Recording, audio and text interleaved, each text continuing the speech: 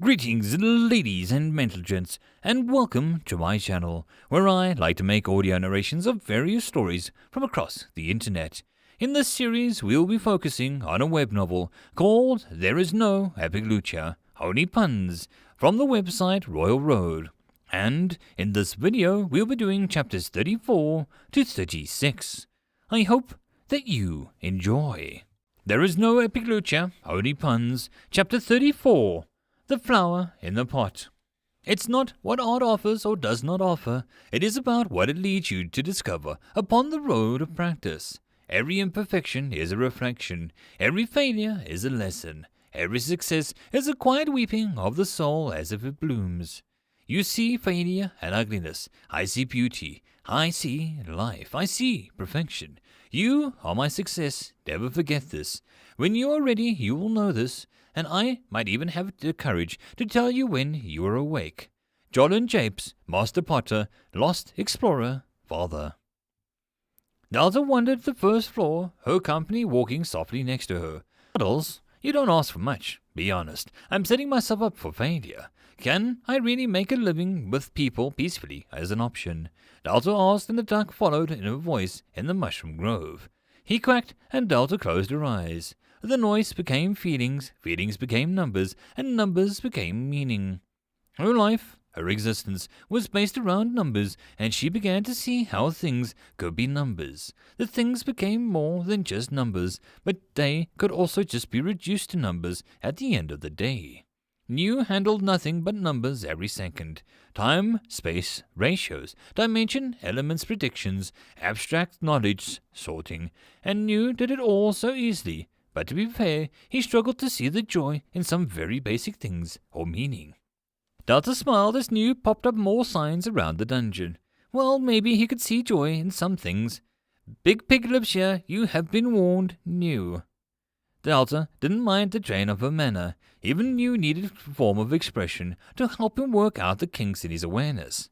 She focused back on Waddles. His words were not so much clear replies, but impressions of his mind and a hint towards his intent. Waddles honestly didn't care for humans or peace. He just wanted to swim in his pond, mess with the fish, and make people have a bad time if it suited his mood. Waddles was an odd one. Delta didn't know very much about him. What he was doing before he was summoned, or if he was being before being magically conjured. Questions with no real answers. Delta smiled as Waddles flapped his wings a few times. That was Waddles for do what you want and people would deal. Inspirational. Thank you. Delta bowed her head slightly. Her gobs returning, and Delta watched as they dragged a larger spider corpse with them. Gob looked slightly sick but perked up once he saw the back of the dungeon space. Delta needed some anti-venom or something if the spiders came in force next time. Delta was honestly surprised that she hadn't seen more of them. They hadn't seemed very smart from what she saw for the last 3, but she could get careless. The corpse dissolved, but nothing appeared in her menu. Delta wondered if she gained all she could get from the common giant spider. It made her wonder what other levels of spiders there were and what could come to her dungeon. Obviously, there had to be some brood mother or a queen, and those were just staples across any fantasy that she had read or played. Delta paced as Waddles went to rest on Bori. The two accepted each other without much problem, Bori being far more accommodating than Wobbles seemed to warrant, but Delta guessed no one wanted to be a bad luck. Delta tapped her chin, and she thought, feeling like a smart person as she did so. 2 floors, 2 options. It was already making her a bit nervous, but how to go forward with this? Would she be better improving the first floor and getting a lot of mana off people as they visited? Or should she rush the second floor more to have more defense and between people and her core?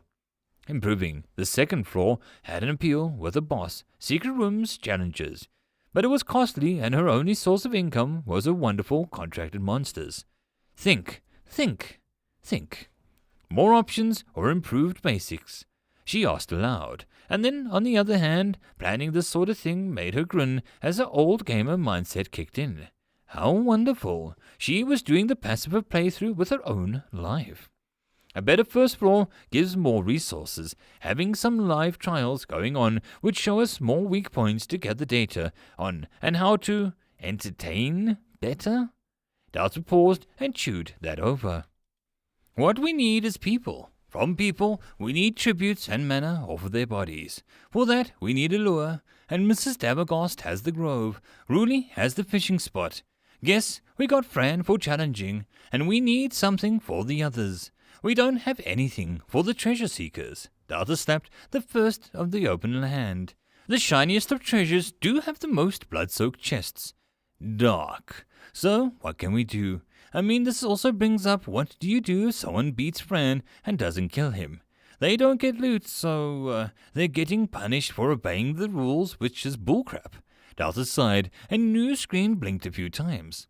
A boss chest, it is the most elegant solution. A what? Delta answered with a blink. New flicked through the menus and brought up 2 screens, a chest assigned and a map showing the boss room. Can you guess what I'm implying? You will never improve if you do not think for yourself, once in a while. New seemed smug at the implication of his importance, and Delta sniffed haughtily at him. Of course, the room upgrade system. It adds new options based on what's in the room. The campfire near the pond became able to cook fish a lot better due to the pond. A berry bush was able to help spiders dye their web. Ergo, objects, monsters, and a room can interact with one another as long as they share a space. Might take some time, but I'm guessing that if we put a chest in the boss room, we can bind it to Fran in some way then. She trailed off with a huge smile appeared across news took over. All we have to do is make the chest loot superior to Fran's soul drops, and the condition he must live for it to be opened, making those who seek to kill receive subpar rewards. People will aim for a win, and not kill due to the rewards. We turn their nature against them. Delta nodded, and then pointed at the grove. I want a chest in here. I'm thinking of making a special key. It might take some effort, but if I can make a pound by. She was cut off as New vanished. Delta turned to the entrance of the dungeon. She knew that voice. To me at all times, or I'll tell your parents so fast that the groundlings will transcend time and space. Rudy warned, and a timid voice replied. I do not have parents. A young person spoke.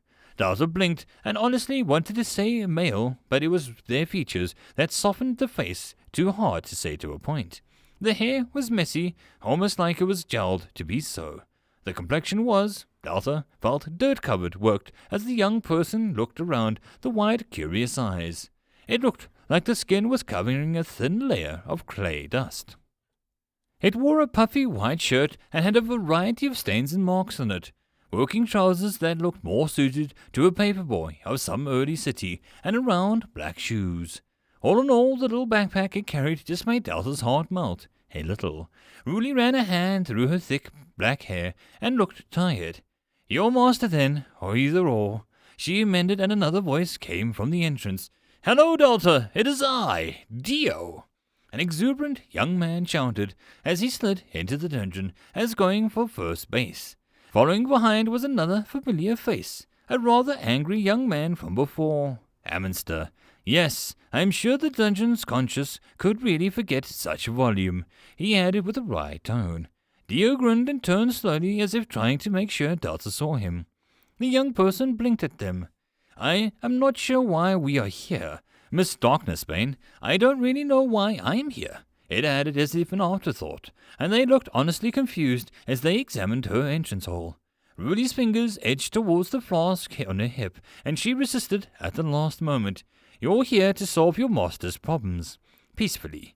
Dio and Ammonster had a school report, and Dio wanted to do it on the dungeon, and, to be honest, I ran out of wood for him to chop for his punishment, and Ammonster needs to lose this edginess before he unlocks the goth class. Rudy said bluntly. Dio jumped from foot to foot, and Ammonster glowered. I had to guess that she felt so unready. Billy the Ranger came rushing down the hall at her urging.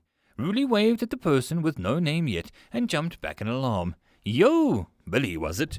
She asked, and the quiet gob nodded. Dio rushed up and held out a hand.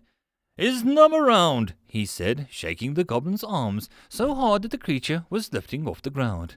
Billy adjusted his hat, which had been thrown sideways by the question. He merely pointed down the tunnel into the gloom. Dio turned to Rudy and seemed to silently beg for them to hurry up. Rudy shook her head as if this was not what she had planned to do for the day. Hold your magically empowered horses, Delta. This is Vass. They're, well, a resident of Durance. It's here to look for something that's bothering its master. Vass, say hi. She nudged, and the person it bowed its head. Greetings, Great One. I am Vass, the tool of Master Japes. I am here to look for pottery or vase-related incidents in the dungeon.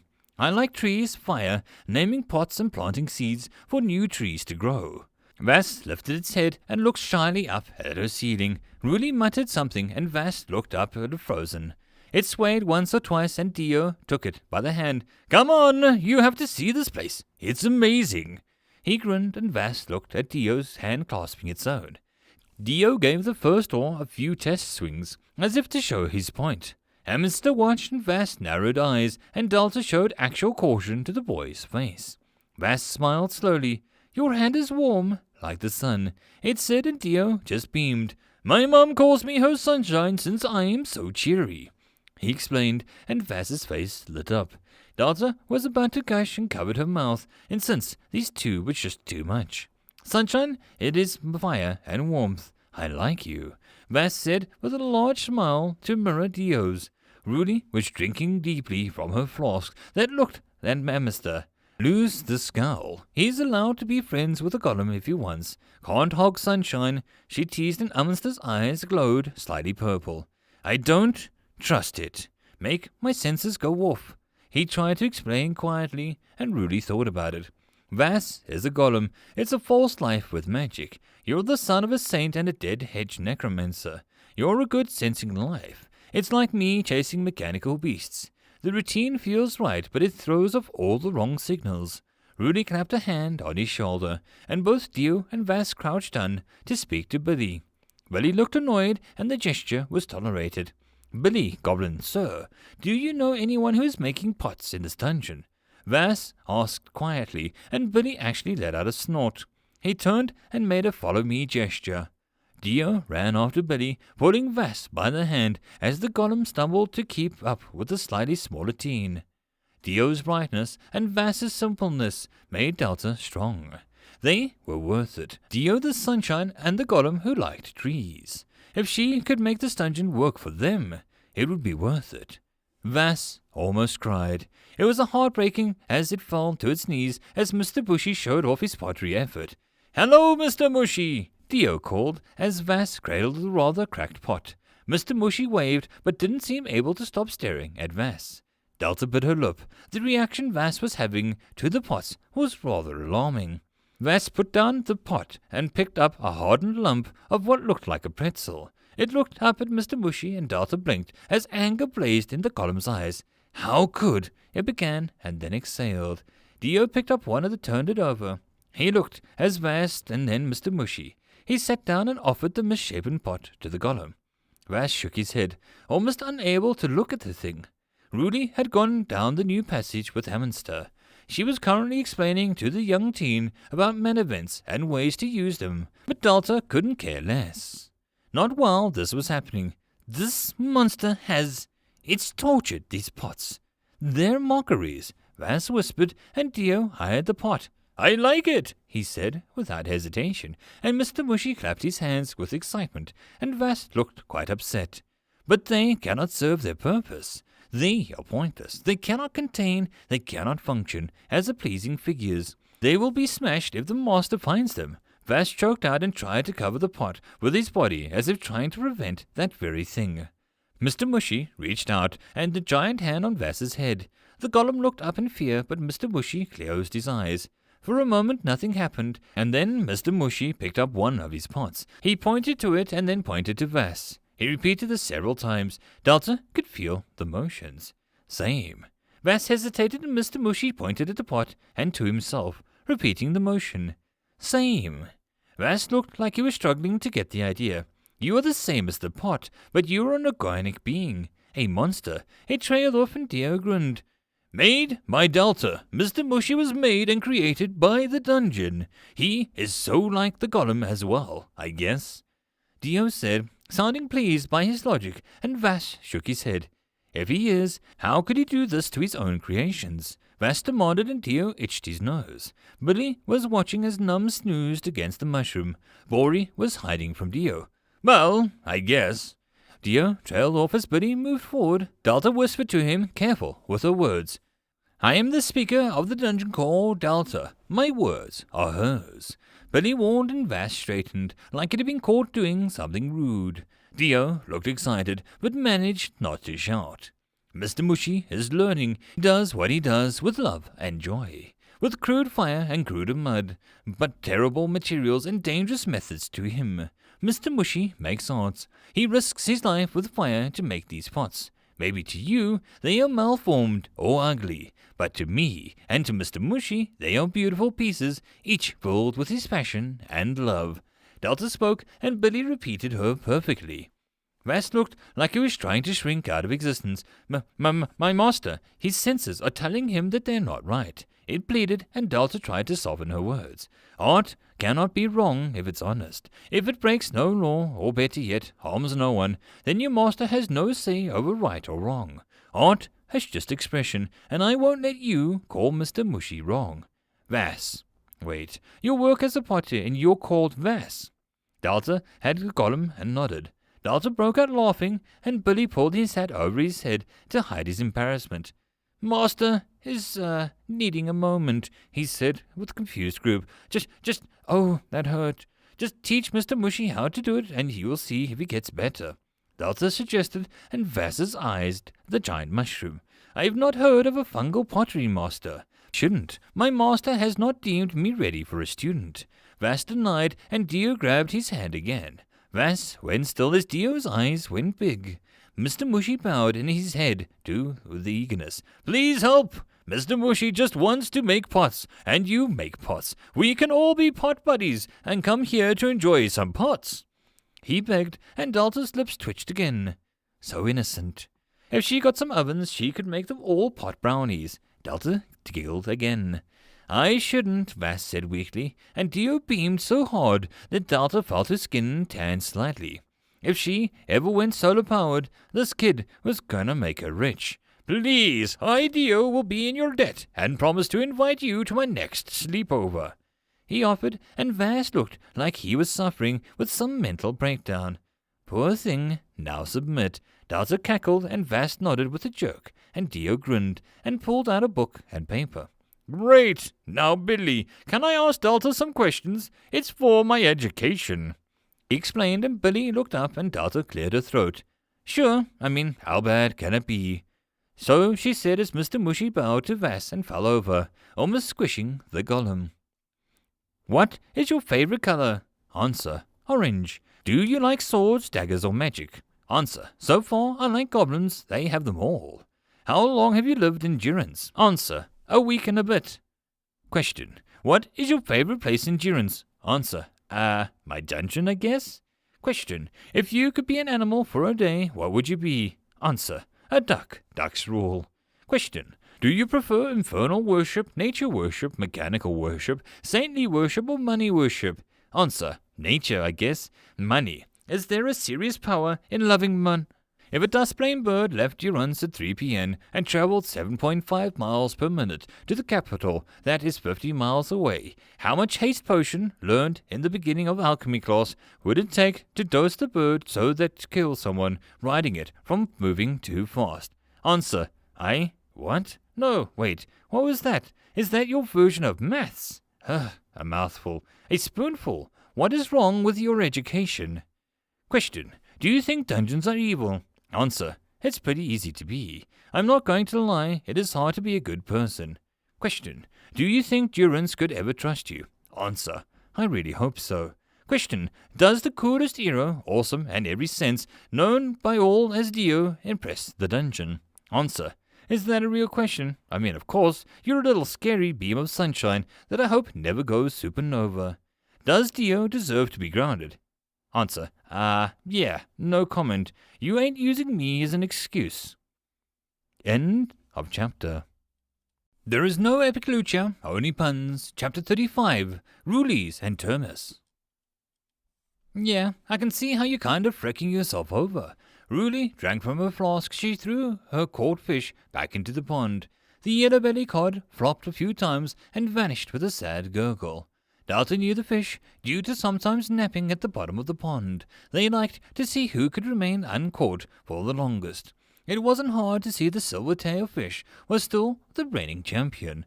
It seemed to enjoy teasing Rudy, and Delta wasn't sure if it was fair if the fish was semi-aware of how fishing actually worked, but Rudy didn't seem to mind as Dio and Num cooked the other cod over the fire. Delta was pleased to see that the upgraded logs looked almost picturesque in their shape and color. Knowing that they would respawn in 6 hours made Delta feel a little accomplished. There was only room for one fish on this fire, so Rudy just tossed her catches back into the water. Hamster was having a staring match with Waddles and Vass. The goblin hadn't left the grove, and Mr. Mushy's enthusiastic hands tried to squash the pot's rapidly forming lip. Vass shrieked and flapped his hands much like Waddles did. Mr. Mushy looked confused, and Vass took the monster's hands and spaced them out, moving them gently up the wet clay, and rapidly became solid. How Vass was doing it without any fire was beyond Delta, though probably some unfair magic. The clay just kept spinning on this little wheel Vass had, and while there was no heat, the golem looked a little overheated. So, you don't kill us and you basically don't grow. I kinda get your problem. Wooden platforms, doors, some spiders, cute, but when it comes to it, real stuff, your goblins ain't going to be able to collect enough sticks and stones to break anyone's bones to get what you need. Rudy sniffed as Billy leaned against the rock, translating Delta's words. Swar was not here, as he would rather stay away from the screeching Dio. His words, not Delta's. I don't know what to do. I want to grow, but I don't want to kill anyone to do so. I don't know if I can lure monsters in fast enough either. You said that you've seen others. Is there any dungeons that grow without killing? Well, besides just killing? Delta asked, and Rudy rolled her tongue as she thought about it. Well, I haven't seen a lot of dungeons, and once I saw a dungeon in a volcano. It ate a lot of the rare gems farmed there. Not sure if the town would appreciate you opening up a magma vein to scratch that. Oh, there was a sort of healing dungeon that would cure ailments or illness if you reached the end of it and killed the final boss. Well, I think it just collected the illness, not healed it. We had to purge that one a while back. Rudy grunted, and Delta bit her lip. What happened to it? She had to ask, and Rudy took a moment to answer. It decided it would be steady enough sicknesses to remove the biggest one. People. Don't know how the conversation went with the call. I wasn't involved. The people who didn't really survive either. Listen, you really don't need to follow those losers. Delta, you're kinda cool. For a dungeon, anyway. Is it so bad not growing quickly? Rudy wondered as she teased her bait a little. Delta took a moment to think about it. Was it so important? When she had flesh and blood, digging into the ground held zero appeal, but as a dungeon, it was that she really thought about her spare time. If she went deep enough, she could have a voice, and one people could hear. Could you sit around all day in your house, sealed in with whoever just happened to visit, knowing that you could garden, or paint, or read, or make friends? What if you were stuck knowing if you did enough, you could open up a window and speak to your neighbors, or even make a new part of your house? Delta tried to explain, and Rudy closed her eyes. Stuck at home, huh? Well, frick me, forget what I said. I'd rather choke on my dagger than be stuck at home with my mother and the same walls. I'd rather burn it down in a week. She grunted and pulled her hook back. If I have enough flaws, I can speak to people. Delta added quietly, folding her hands together, and imagined doing it. Billy repeated it, and Rudy held up both hands. I surrender, lower the guilt tripping. She joked, as Num snapped the cooked fish in half and his edged weapon, and handed half to Dio, who dug in it with glee. Rudy took a moment to think. Well, it's not hard. Rudy shrugged and stood. Delta gaped at her. Not hard, not hard. Delta was doing her best to defy her nature as a person, getting a cave, and Rudy was telling her that it was easy. Just don't make a dungeon. The word already creates a bad vibe. Make a fun place or a helpful place. People become doctors and open hospitals. People like plants and open greenhouses or making potions for people. Just don't make a dungeon. It's pretty easy. Rudy scratched her nose. Hell, making a fishing place that I'll never leave. She grinned and Delta frowned. The idea sounded lovely, so perfect. What about the people who come here to kill monsters? Any defenses or protection? She pointed out and Rudy snorted and flipped a knife from her boot and spun it once in her hand. I didn't say to walk into the sword with a smile. You can have the nicest house, but you should still have knives in the drawer, a gun under the mattress. Hell, I'll lend you Quiz. He's a grumpy old dog that lives outside in a small wooden hut anyways. She offered with a smile, and Delta couldn't help but giggle at the thought of Quiz being a bone in his mouth. Still, Rudy had an idea that Delta liked it. Don't make a dungeon. It sounded simple on paper, but it didn't answer her actual problem. Delta tried to think about how to get valuable DP out of not getting or such. She asked Rudy, and the silverfish broke the surface of the water, teasing Rudy. Depends on what you do. Charge people, make them pay in blood, have them pay in mana, or whatever. If you got cash, just post bounties or have the job board. Delta, you can make money that is legal. Why aren't you abusing the hell out of the spiz beyond me?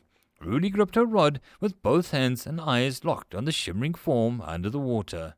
I mean, the mystery dungeon over in Prefum makes a killing, figure of speech, when people just do its puzzles. Sure, most often or not, people die, but not enough to explain its growth.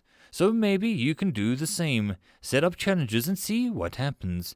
Rudy flicked her hook and the fish went crazy for the challenge. The marine life around here was crazy, and Delta was fairly sure that it wasn't her fault. Challenges. If someone did challenges in a dungeon, using only the items to kill or no healing, they got rewarded. But what did the dungeon get? Sure, it made it harder for the invaders, but it rewarded them as well. Did the dungeon get something as well? What if someone really wants to fight? She wondered, and Rudy grinned as the silver tail jashed towards the hook. Delta, you give them a fight of their lives. She yanked and the water exploded. Water rained down as the silver-tailed fish flapped wildly with the hook stuck tightly.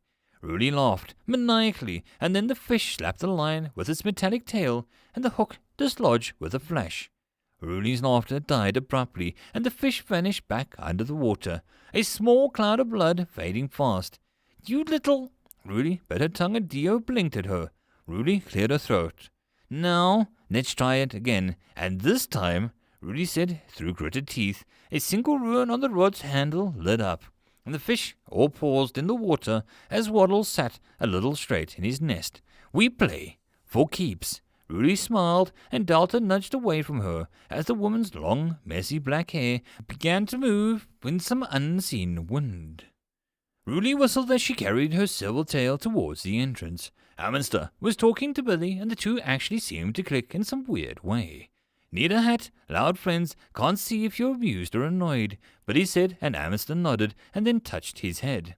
I don't know what a hat I need, he grumbled, and Delta wanted to say a hood would be better, but didn't want to help the kid reach some new level of quoting the Raven.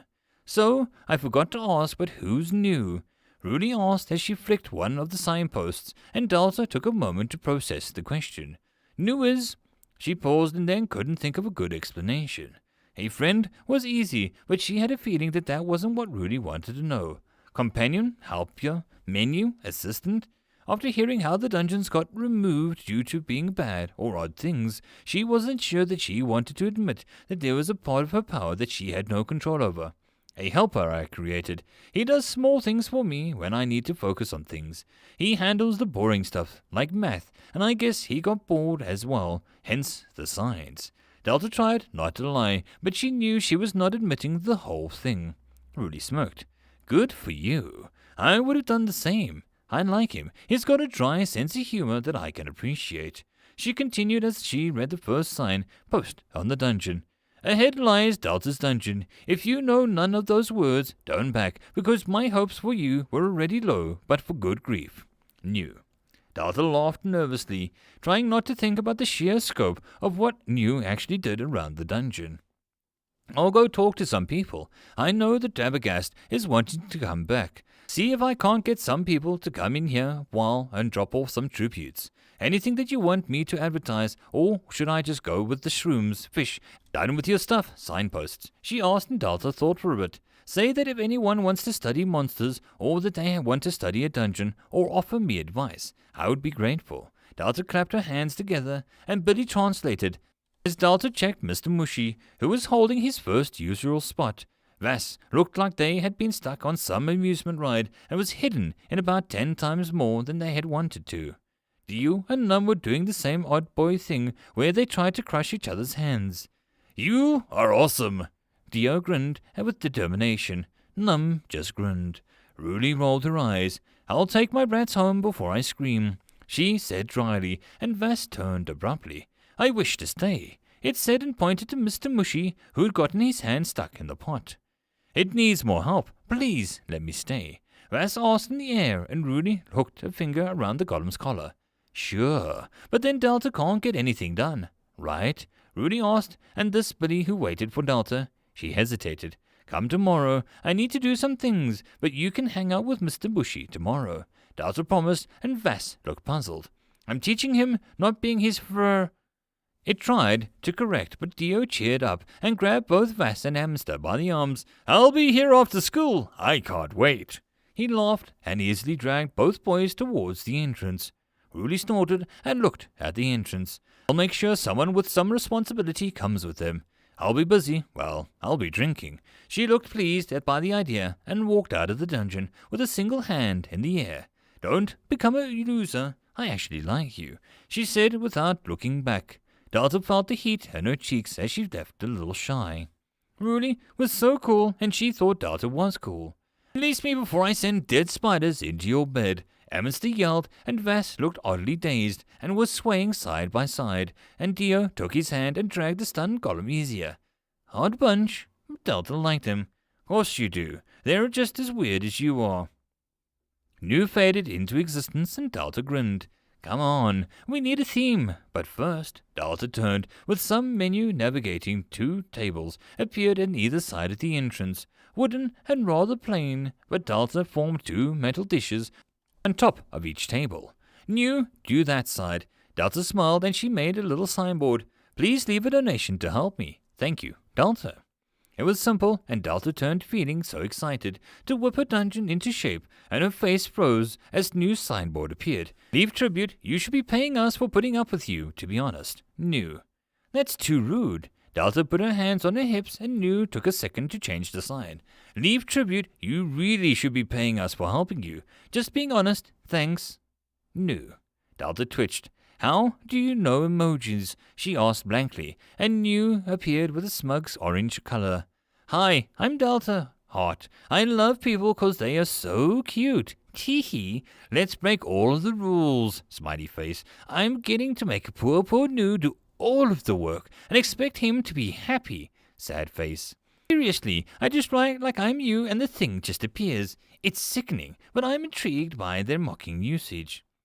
I sound nothing like that. Delta puffed her cheeks, and New faded back to blue. Of course, nothing like that at all. I see we finally have a tribute tables. It is something, at least. New was so. Delta rubbed her face, and her goblins looked in the air as if watching their parents squabble. Now, I need to know the rules about the chests or challenges. Delta asked, and New actually paused. Challenges? New fizzled in a bit, and Delta felt her left eye go hazy, as the solid matter was replaced by floating numbers. Everything connected by an important numbers. She closed it as fast as she could, her head already thumping. A spot on New had turned to bright orange. Yes, I see. Oh, no, I didn't. 1 second.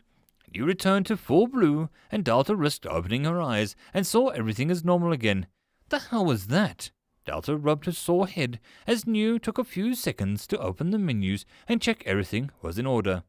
I had incomplete data. I searched for the pieces and ended up taking a piece of yourself into me. Since we must be equal in nature, I gave you a piece of me.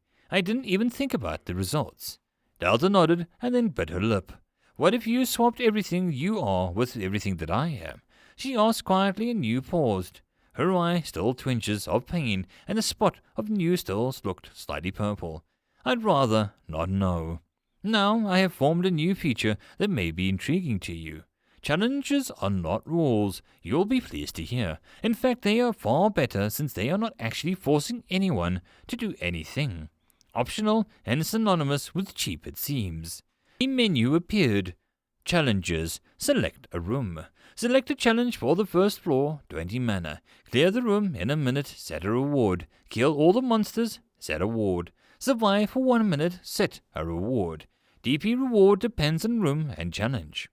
Delta felt her face pull back with a large smile. New, we're in business. End of chapter.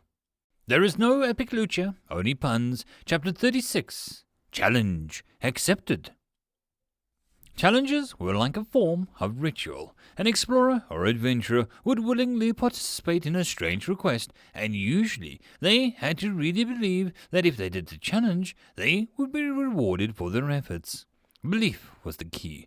Delta tapped her chin and moved down the hall, admiring the mossy ceiling as twinkled. Faith and belief were a part of magic or religions. New wasn't sure, exactly due to not having any material reference aside from Dio's fairy tale book. Priests were a thing. Delta remembered Amundsen's small talk with Billy in the previous visit on the subject. His father held power and was something called a saint. The words were familiar, but Delta was sure that she was missing some of the context of it in this world. By actually making people believe in Delta, in her, believe that she would keep her promises and that they would be rewarded, it caused faith to appear as a sort of energy. New said that dungeons gobbled it up like anything else made a DP. The whole thing appealed to Delta very much. All dungeons had to use these. It was just too good not to. Delta slowed and thought about it. If people died by the dozen every day from traps and monsters, would other dungeons even care? DP is DP. It doesn't matter. I care, and I think we can make this work. Delta hummed to herself and New slid into view. Agreed. To act is simple enough. Overlay a challenge on a room, and people who enter will be alerted of the challenge through the magical sign in front of them. I expect it looks like floating glowing words or similar. It is up to them if they wish to pursue it. For those with the intent of reaching your core, this does nothing to actually help them. However, your odd relationship with the people in this area may prove to make this feature rather crucial. Rudy and any fishing, for example, we should increase the fishing possibilities of the pond as a payment for her leading us to develop challenges. Delta actually smiled. New is that consideration and appreciation I see in your words. Maybe we should send her a thank you to New. She teased and New floated ahead. No, that was painful. This was merely logic in how to soak up the most DP out of Rudy's fishing habit. If we had any alcohol, we could also siphon a challenge out of Rudy that way. New's words seemed to almost bristle in defense, and Delta kept smiling. Sure. We had basic challenges for everything, but what about, let's say, the spider room? She groped for a random room, and New flashed a new box opening beside them. As you can see, once we actually focus on one room, the possible challenges list begins to shift rather significantly. Challenges, spider room, pass through the room without disturbing the web, reward no set. Feed a berry to each of the spiders without disturbing the web, no reward set. Tell a joke or a pun bad enough to disgust the spiders, special unlock due to the core's actions, reward not set. Delta blinked at the list. I was kind of expecting, kill all the spiders, or burn all the web. This is rather tame for the options, Delta said confused, and New made a small ding. Challenges are thought up directly by the core. Since you have a second floor, challenges on the first floor may be more malleable to your unconscious desires. Floors are important after all. Delta nodded, and she really didn't know her own existence worked with any real confidence. Without New, all she would have is half-guessed at best. So we have 51 mana, and we can probably set a challenge in a few rooms. This is great New. We finally are going to be more than just a cave. Delta clapped her hands and then got busy. New shimmered softly, quiet while it lasted. Cram eyed the hole and the sign. He scratched his rather full beard and looked at his friend. Smalls was busy doing some light stretches.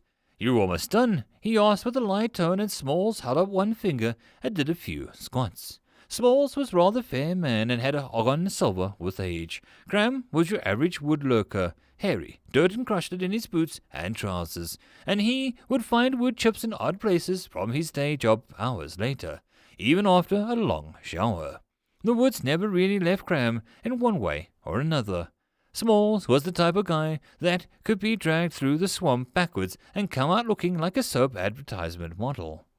Men like them might not normally be friends, but that was when the nature of adventuring. People became closer when their lives became a flip of the coin. He and Smalls had been through a lot of things in their younger days. Now, they usually just spent their days talking over the fence between their houses. Graham chopped wood and repelled the spiders for free when asked, and Smalls made clothes and gossiped with the locals. They never forgot each other, and Graham was glad that his remaining friend decided to up and move with him. Durrance was a great, but sometimes the people could be a bit more than his gruff voice and axe could handle. Smalls was a natural and a small talk, and he let the man shop for him in return for fresh firewood. This normal routine had changed when the giant woman, Rudy, spotted them in the tavern. She marched over with a large grin on her face. Graham respected Rudy with every bit of common sense that he had left. The woman was also of the forest, but her axe looked for flesh, not wood. She had grown some height, and the manner was making her even more energetic than usual. Graham could relate. He had been running trees for the last few days, and his strength rose back up to its old levels, bit by bit. Small had been weaving all night. Graham could hear the humming from his bedroom. Go to the dungeon, walk about, say it's awesome or something, and for the love of crap, try not to kill anything. Ruli warned with a single finger and vanished to find more people. The hole in the ground felt like a dungeon. It had a certain tension in the air as Graham moved closer. It also felt a little different. Graham had been more to his share over the years, but he hadn't really felt a softness to the feeling of the one before. The two emotions conflicted with Graham and a little, and he rolled his shoulders to fend off some of Smalls finally seemed ready. Sorry for the wait, my back's just never been the same after that trap of the shifting sands. What was that dungeon again? Smalls trailed off as he flicked a line of thread around 3 fingers. Graham felt better to have Smalls with him. The man had a certain talent of making normal thread and wool turn into unsettling weapons. The Cavern of Darkness, local name. It had gotten an avatar when we were there. Graham grunted, and he untied his axe from his hip. Oh gosh, that's right. So cliché. That Marcia almost threw up. Remember how she ran to the fountain after the trip through the sands and ended up with a mouthful of sand because it was a decoration. Graham grinned at the memory. Smalls rolled his eyes and he took steps into the dungeon. Seriously, that woman never looked where she went or what she did. He said fondly and then pulled out a golden locket and flipped it open. It would have been her birthday in a week. We need to get some pumpkin pie to celebrate, he said lightly, and Graham gripped his axe hard. Yeah, some of that tasty wine as well. She never stopped drinking that stuff, he agreed, feeling his own locket around his neck grow heavy. He hated how he couldn't remember his closest friends without leading to this. Well, one more dungeon raid, and the Wirework wolves, Con would be so angry to see how domestic we've become. Smalls chuckled as they both entered the dungeon. Graham saw the entrance chamber round out, and with some soft torches and glowing mushrooms dotting the entrance. Simple, but clean. Smalls commented and read the signs. He snorted at the one with the rather nasty tribute comment. Graham wandered over to the other table. Delta, he said, tracing the sign with his finger. He looked down at the dish and rummaged through his pockets. Manners were never wrong, and he'd rather give to a good-natured girl who apparently happened to be a core. Smalls got a kick out of the sarcasm, no doubt, and he'd tribute to the other table. Not much, but here's a wooden carving I did, and some flowers that I picked up on the way here. He offered and placed them in the bowl where they would remain until he and Smalls left. He read the sign about the door. Those who enter, please say forfeit to leave the dungeon alive. He read and cocked an eyebrow. Think the core is confident? He wondered, and Smalls brushed some hair behind an ear. Or is it really that nice? Can't be jumping to assumptions before we even see for ourselves. He chided and entered the dungeon, leaving Cram to stare at the sign for a second long. People were hardly that nice, let alone dungeons. Durance had to get a freaky dungeon. To be honest, it suited the place, really. Wow, these signposts are hilarious. Cram, come see, Smalls called with a grin in his tone. Delta watched as the newcomers with an unblinking stare. New people, guests, intruders, maybe both? She had expected Rudy, Quiz, or even Dio to come back when these people had appeared instead, and Delta felt nervous energy fill her. Did they know the rules? Would they respect her wishes? Delta hoped that they did. They chatted like old friends. It was clear in the way that they anticipated each other's words, finished their sentences, moved. She wished that New was here. Her friend would have some insight to help her. She couldn't put it into words, really, but when Smalls took the lead, Cram moved slightly to the right, and when Cram took the lead in the short tunnel as Smalls stopped to look at a mushroom, the smaller man's hands flexed and ready to grab something. Hey, Smalls, what's this? The large man with the large coat made from leathers and edged with fur. It was like Rudy, but Rudy's coat looked a lot like it had been made more crudely.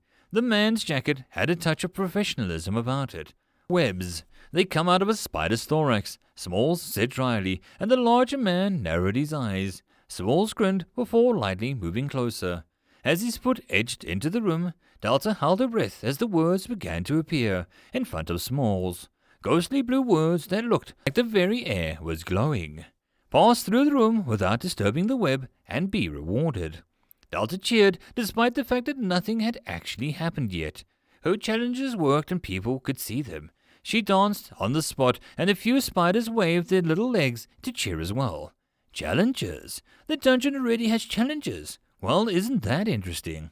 Smalls commented and the large man shook his head. Don't touch the web. Kind of a weak challenge for a dungeon. I can see a pretty clear path from here. He pointed out and Delta shuffled and tried not to fidget at the man's words. Cram, be respectful. You don't... Smalls was cut off as the words in front of them began to gain more words at the side. Sorry, we're expecting you to be idiots. It is weak, but you have still yet to pass it, so put your feet where your words are. Both men stared at the floating words. So did Delta. She knew the sour attitude. It responded, Cram said, disbelief in his voice. Smalls only stared. You can see my words. Delta, can you see me? You were speaking through the challenge system. Delta called for him, but New didn't seem to respond to her shouts. How could this be? Did New hack the system or... Wait. Delta picked up on that thought harder. New was the system, but he vanished when people appeared, so Delta had never really thought to ask where did New go when he vanished. Apparently he existed in some place where if the dungeon menu appeared in any form elsewhere, he could appear. New was the menu and the menu only became locked to Delta. Yes, we can, Smalls said carefully and New looked at the moment to respond.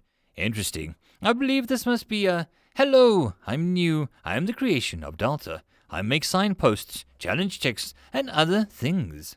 New told a little white lie as an aplomb and sarcasm, and both men relaxed a little. Saw your signposts. I'm a huge fan. Smalls and Cram narrowed his eyes. I expected us to be idiots, huh? He said and New took no time to respond. Well, what can I say? We've mostly had children and Ruli visiting. Our expectations are a bit low. Well, we also had the golem, and that was just interesting to have a nervous breakdown with Mr. New cut himself off, but he wasn't much further. Delta was trying to shoo New away before he upset the new men, but she could apply about as much force as a ghost's part. You speak for the core. Delta. Cram wondered and Delta narrowed her eyes as New's text box some time to answer. Totally. I'm her absolute voice box. Her thoughts are mine to relay. Delta felt nervous to give away to alarm. Oh, I hope she's looking forward to us having a poke about. We were told it's more friendly than the usual dungeon affair. Small said conversationally. Delta requests that you call her Supreme Queen, Delta. She is the most excited for you to move deeper. She is hoping that you'll compliment her mushrooms. She's very proud of them. Also, she has said that I'm to tell you that you must do all of the challenges or you'll hurt her feelings very much. Delta was screaming and slapping the text box, with both men looking between them. Stop, stop, she ordered, and fell deaf text boxes. Tell Supreme Queen Delta that we'll try. Her mushrooms are very nice, and I like the glowing ones more than the gunrod ones. Cram stumbled, and New let out several alarmed noises. Those are her favorite. Maybe Smalls likes them, and that's perfectly fine. The large man backpedaled, then Smalls covered his face with one hand. You've had your fun, my good friend. There's yanking change and there's pulling down roofs. He chided and Nude made a chuckling noise, a series of bells. Smart man. Perhaps this won't be too boring. Delta, it's just Delta, and honestly she'd rather you do your thing. And I'm going to go. Being in this form is making me a little tired. I hope to see you pass the challenges. It would really help us. Delta has faith in you, but I will hold my judgment. Smalls bowed a little. I shall change your opinion, good Sir New. My honor, as the Weirdwood Wolf demands it. He said his side box began to fade. I have no need for your honor. I need your blood and sweat. Work hard. Let us engage in happy symbiosis. Delta felt relief surge through her as New's box faded. He was a tad bit annoying, but in the end, he had been honest about Delta's desires, and really, what close friends didn't annoy each other. You hear that, Cram? I think that we just got challenged on some whole new level. Smalls nudged the larger man. Cram nodded and eyed the room. I accept the challenge. He called and Smalls echoed him a second later. Delta watched in fascination as the orange circle appeared on each man's left hand. It pulsed like a heartbeat. There we go, nice and simple. I remember that one legend that made the mark appear on our rears. I didn't know when I failed anything, and I was not letting anyone check, Smalls muttered, and Cram laughed. I saw more of Marcia than I wanted that day. He slapped Small on the back, but the man barely budged. Dainty flowers first, he offered, and Small sniffed. Oafs last, he said, and the words held warmth, and Cram nodded as Smalls began to nimbly move around the webs and towards the midpoint. The berry bush. Delta knew that she only had enough mana for 2 rooms so far, and he had chosen the spider room and the mud room. Both held very different possibilities, and Delta took it as a learning example. It took grace and elegance to do the spider room. The mud room. It was a mad dash when each person had 10 seconds to clear the platforms and reach the end without falling in. The wording was interesting as well. Used the wooden platforms to cross the room without falling into the mud. The person had to use the platforms to complete the challenge. It meant no one could fly or just leap across. Challenges were the perfect thing for her dungeon. The only problem was that they all needed rewards. Delta felt a little unsure when the rooms required an appropriate reward. Delta guessed slaying a dragon with one hand would need a reward suited towards it, not just a nice apple. So Smalls reached the far end of the room and opened the door. The glowing circle on his hand flashed and lifted off his skin into the air, where it began to reshape itself. Delta watched with a smile as a reward formed. Oh, this is cute, Smalls said as he held a shirt made out of the spider web. He ran his finger over the material. Soft, flexible. Something about it, he said, and Cram's head brushed the web near the ceiling and broke free. Cram grimaced as the orange circle of his beeped red and peeled off, crumbling like ash.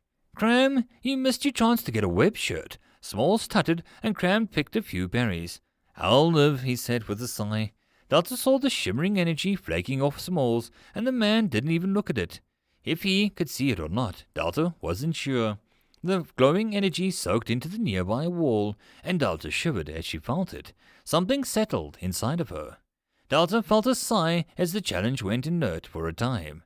Delta guessed that it would be a day or so before the challenge was operational again. Delta tried to guess there might be some way to speed that up. As she shivered, Delta closed her eyes to follow the feel that the energy tickled as it flowed up from her feet to her chest. It made her feel warm. And she blinked as she missed Smalls and Cram entering the pond room. Cram, do you have your fishing hook? Smalls mused as he smiled at the quaint little campfire and logs. Cram bent down and looked into the water. That's a metal fish, he grunted, and Smalls looked as well. Is that a duck? He said, and instead, and Delta swallowed as she remembered one of the possible challenges options for this room. Anger waddles the duck to complete the dungeon with the dark drake curse in effect. Reward not set. High quality item needed to be set as a reward. It was a tad bit extreme, and Delta had backed out of the room when Waddles had begun to tap his web feet in excitement in some tippity-tap dance when she read it out loud. Delta wanted to challenge her visitors, not break them. End of chapter. That, my friends, concludes this episode. I hope that you enjoyed. If you wish to support the author of the story, there will be a link below. If you wish to support this channel, there are multiple ways to do so, which will all also be linked below. But the easiest way would be to subscribe and share my videos as much as possible. And until next time, I hope you all have a good one. And I'll see you all in the next video. Cheers.